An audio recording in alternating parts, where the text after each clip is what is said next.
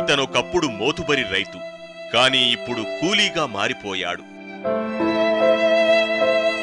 ఒకనాడు ప్రపంచస్థాయి గుర్తింపు పొందిన మన నేతన్న ప్రస్తుతం దిక్కుతోచని స్థితిలో పడ్డాడు.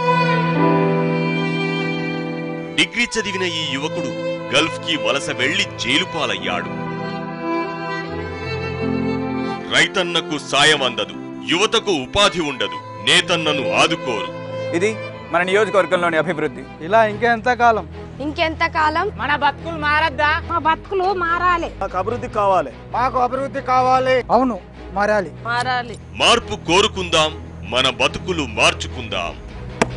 మా బతుకులు మారాలంటే రగన్న ఎమ్మెల్యే కావాలి. రగన్న ఎమ్మెల్యే కావాలి. రగన్న ఎమ్మెల్యే కావాలి.